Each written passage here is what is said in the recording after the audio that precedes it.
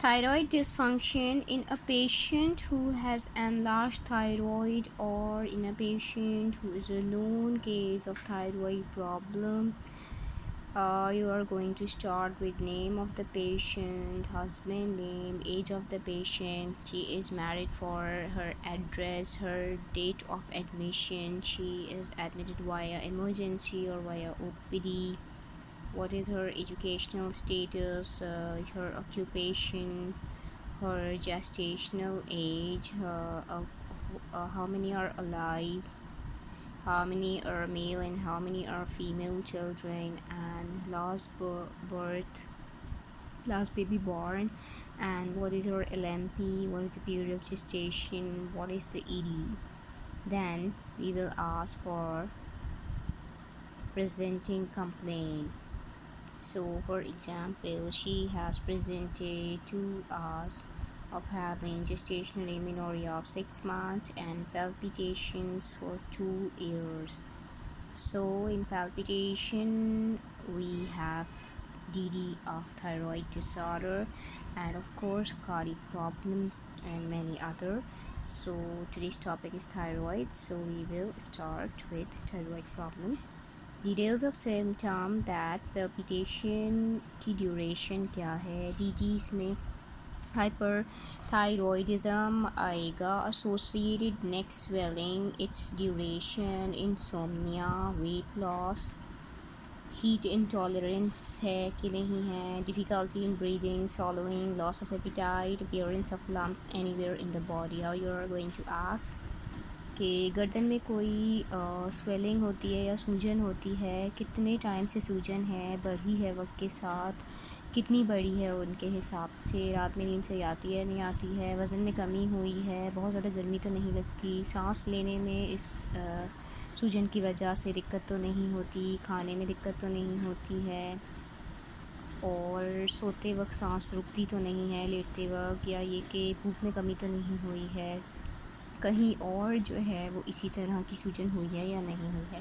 Then anaemia के symptoms आप लेंगे, क्योंकि पैल्पिटेशन के साथ पेशेंट आई है तो पूछेंगे कि उसको वीकनेस फील होती है नहीं, जल्दी थक जाती है, काम करने में जो है वो तवज्जो देने में प्रॉब्लम होती है या नहीं, सांस फूलती है नहीं, बात करते वक्त सांस फूलती है, चलते वक्त सांस फूलती है, रोज़मर्रा के जो डेली काम होते हैं वो करने में थकन होती है या सांस फूलती है या मुश्किलात पेश आती हैं, कार्डियक हिस्ट्री में कभी सीने में दर्द तो नहीं हुआ, या फिर उल्टे हाथ की तरफ तो नहीं जाता है, या सांस बहुत ज़्यादा तो नहीं फूलती है लेटते वक्त, या नीली तो नहीं पड़ जाते हैं काम काज करने के बाद, कोई फ़ीवर की हिस्ट्री लेंगे कि सोजिश तो नहीं रहती गले में, यूरिनरी सिम्टम्स या डिस्चार्ज की हिस्ट्री, एक्सक्लूड करेंगे कॉम्प्लिकेशंस को, एक्सक्लूड सुपर इम्पोज री eclampsia and IUGR with hyperthyroidism, और अगर ये पेशेंट नॉन केस है हाइपरथायरॉयडिज्म की तो फिर आपने इससे प्री एक्लेम्शिया की हिस्ट्री ले लेनी है, हाइपरटेंशन की हिस्ट्री ले लेनी है, IUGR की हिस्ट्री ले लेनी है, प्लेसेंटल इंसफिशेंसी का पूछना है, और ग्रोथ जो है वो कम तो नहीं हो रही है, या ऐसा महसूस तो नहीं हो रहा कि वक्त से छोटा बच्चा जो है वो महसूस हो रहा हो। डिटेल्स लेनी है ट्रीटमेंट की, डिटेल्स ऑफ ट्रीटमेंट कि कौन सी एंटी थायरॉइड ड्रग लेती हैं, उसका डोजेज क्या है, ड्यूरेशन क्या है, कोई हाइपोथायरॉयडिज्म के सिम्टम्स हैं या नहीं हैं, हिस्ट्री ऑफ सोर थ्रोट यानी न्यूट्रोपीनिया है, या बार बार जो है वो इन्फेक्शन हो जाता है कहीं का भी, या फिर राइट अपर क्वाड्रेंट पेन यानी लिवर डिसफंक्शन है। Then of course you are going to take obstetrical history, gynae history, medical history, इसमें आप previous medical हिस्ट्री भी लेंगे, अभी करंट कोई मेडिकल डिसऑर्डर्स के साथ तो नहीं है, फैमिली हिस्ट्री लेंगे, फैमिली में तो थायराइड प्रॉब्लम्स नहीं हैं या इसके अलावा कोई और प्रॉब्लम तो नहीं है, कार्डियक डिजीज़ तो नहीं है,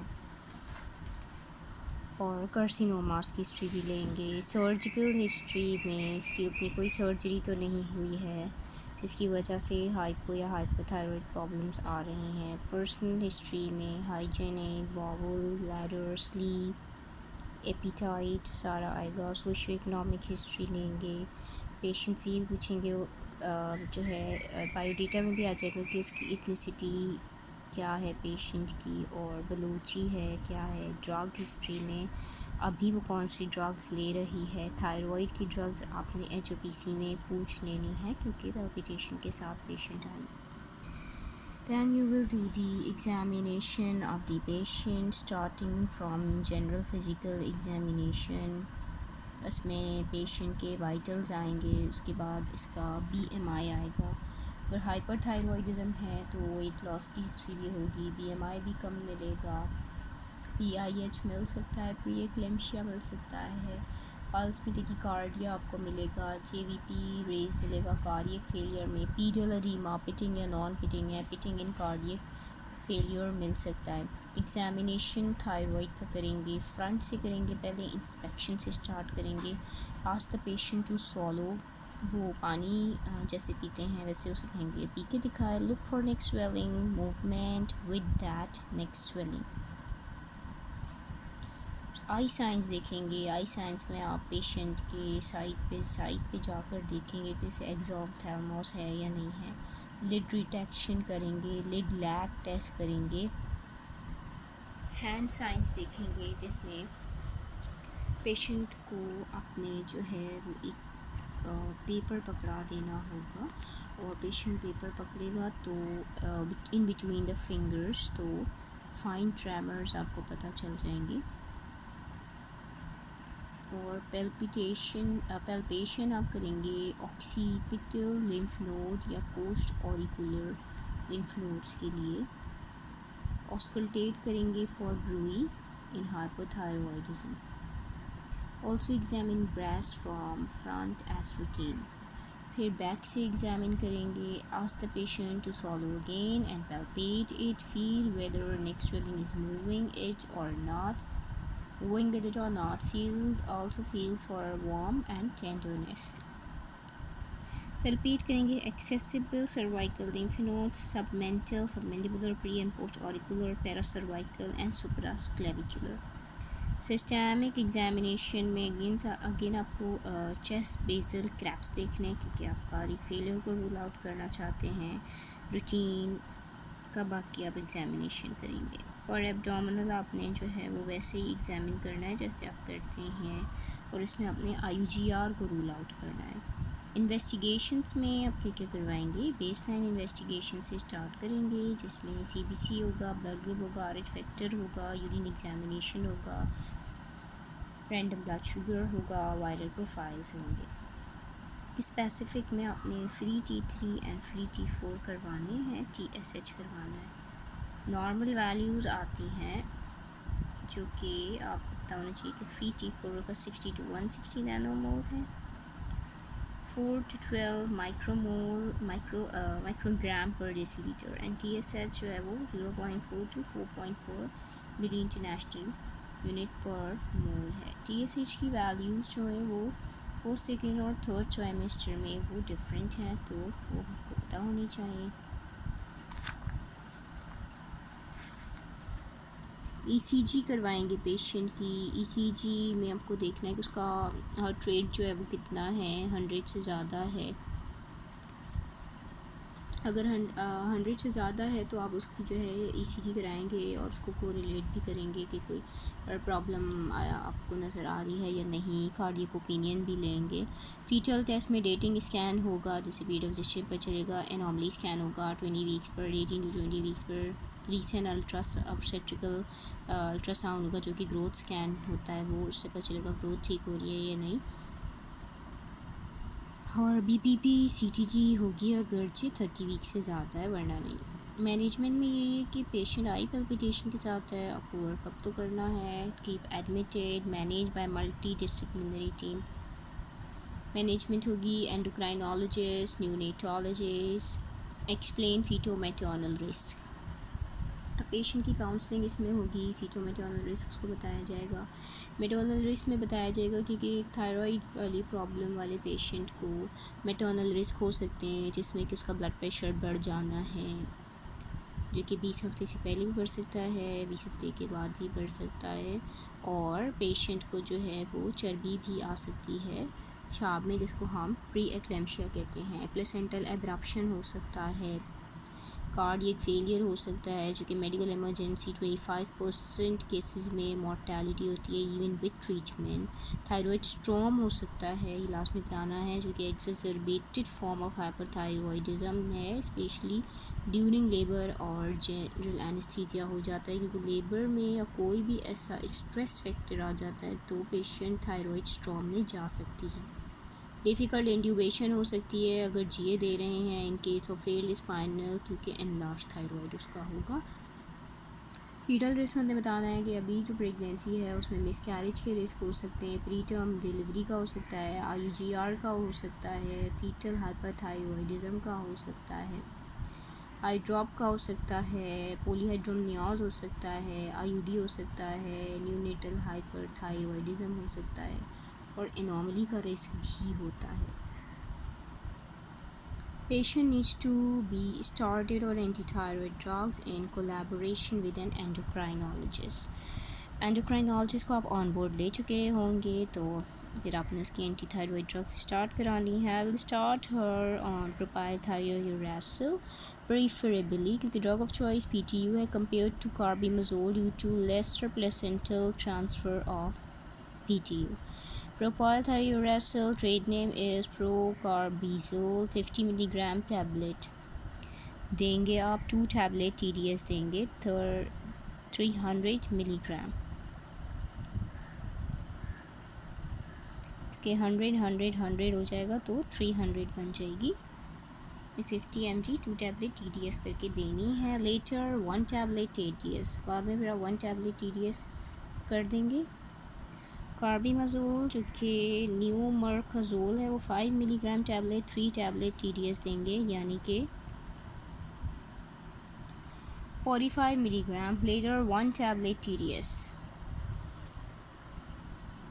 She would be treated aggressively for initial 4 to 5 weeks in high doses. Initial doses for propylthiouracil is 400 milligram daily and then gradually decrease the dose. My aim would be to keep free T4 at upper limit of normal, that is 12 microgram per DL or 160 nanomole per ml. As she has sympathetic symptoms of palpitation, tachycardia and tremor, so I would start her on beta blockers as well. So definitely अपने symptomatic treatment इस patient को करना है तो अपने से beta blockers देनी होगी। Tablet Injorol, propranolol जो कि होती है 40 मिलीग्राम 1 TDS for 1 month, और मॉनिटर करना है उसके थायराइड फंक्शन टेस्ट। इनिशियली आप 4 to 6 वीकली बेसिस पे कराएंगे और वो डिपेंड करता है कि इसका थायराइड स्टेटस कैसा है और कितने वीक की प्रेगनेंसी है। Delayed action of anti thyroid drugs and then on 2 to 3 monthly basis once stable, each trimester only। ठीक है, उसके बाद जब स्टेबल हो जाएगी तो आप 2 मंथली करवा लें, और बहुत अच्छा स्टेबल है तो फिर 3 मंथली करवा लें, यानी एक ट्राइमेस्टर में एक दफ़ा तो आपने करवाना है। I will counsel the patient regarding side effects of the drugs on herself and on the baby, जैसे कि हमने इसके जो है अभी इस चार्ट में जो है वो मेटर्नल और फीटल रिस्क पढ़े हैं, तो वही अपने उसको पेशेंट को उसकी लैंग्वेज में काउंसिल करना है, आसान इजी वर्डिंग्स में जो है बता देना है। Maternal side effects include drug, अपने जो है खुद थायराइड प्रॉब्लम का भी बताना है और ड्रग के भी साइड इफ़ेक्ट्स बताने हैं। Maternal side effects include neutropenia, so predisposition to infection, and also causes liver dysfunction. So I would advise her to report in case of sore throat and fever and right upper quadrant pain, and will do her CBC and LFT to exclude these side effects. Fetal side effects include aplasia cutis, which although is very rare, aplasia cutis जो है वो बहुत ही कम होता है, 0.03%, यानी समझिए 0.0 है, तो 0% ही है लेकिन 0.03% बहुत कम है, लेकिन बहरहाल है with carbimazole, but can occur Aplasia cutis is the presence of absent skin patches on scalp especially. You have to tell your patient. Once her workup is completed and she has been started on anti-thyroid drugs, I will then discharge her home and will advise her frequent antenatal visits on 2 weekly basis, and will advise her not to discontinue her drugs due to fear of side effects as these are rare. तो ये भी patient को बताना है कि anti thyroid drugs उसने लेनी कि वो नहीं लेगी तो रिस्क ज़्यादा हैं, और जो मेडिकेशन के रिस्क हैं वो रेयर हैं. So you have to counsel her. Throughout rest of her pregnancy, monitor her for development of PIH, preeclampsia, IUGR, and if the disease is well controlled, the chances of thyroid storm and cardiac disease are very low. Also monitor her for side effects of the drug and will change to alternative if required. Then you will go for serial growth scan 2 to 3 weekly basis after 24 weeks. And will check her BP and urine albumin after 20 weeks ताकि आप detect कर सकें PIH preeclampsia को. Monitor करें. Thyroid function test initially 4 to 6 weekly और फिर each trimester wise कर लें जब स्टेबल हो चुकी है patient. Then I will keep close liaison with her endocrinologist and neonatologist on each antenatal visit. I will inquire about fetal movement, resolution of her symptomatology, appearance of any side effects of the drug, and pattern of abdominal growth, whether growth well or not. Abnormal abdominal growth is 1 centimeter per week.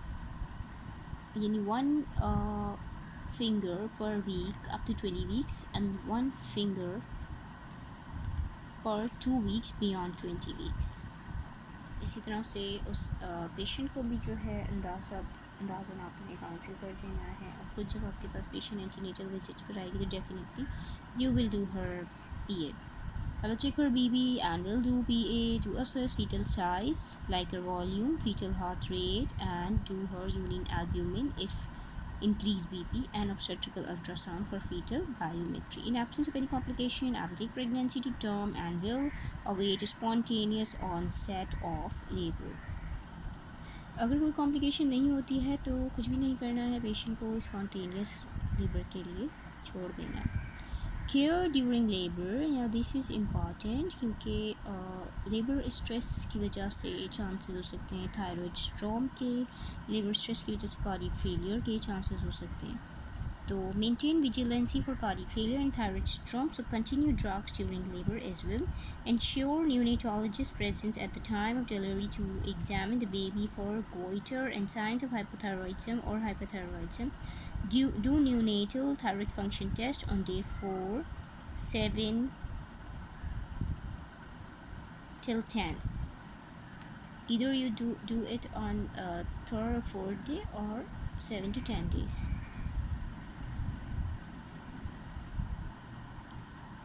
Encourage breastfeeding. Counsel that both drugs are safe in breastfeeding. If dosage of propylthiouracil is less than 150 milligram daily and carbimazole is less than 15 milligram daily. And also counsel her about the contraception and do tell her that all the contraception are safe. Then when are you going to call her for follow-up? For follow-up, you're going to call her at 6 weeks and refer her to endocrinologist for further management at 6 weeks.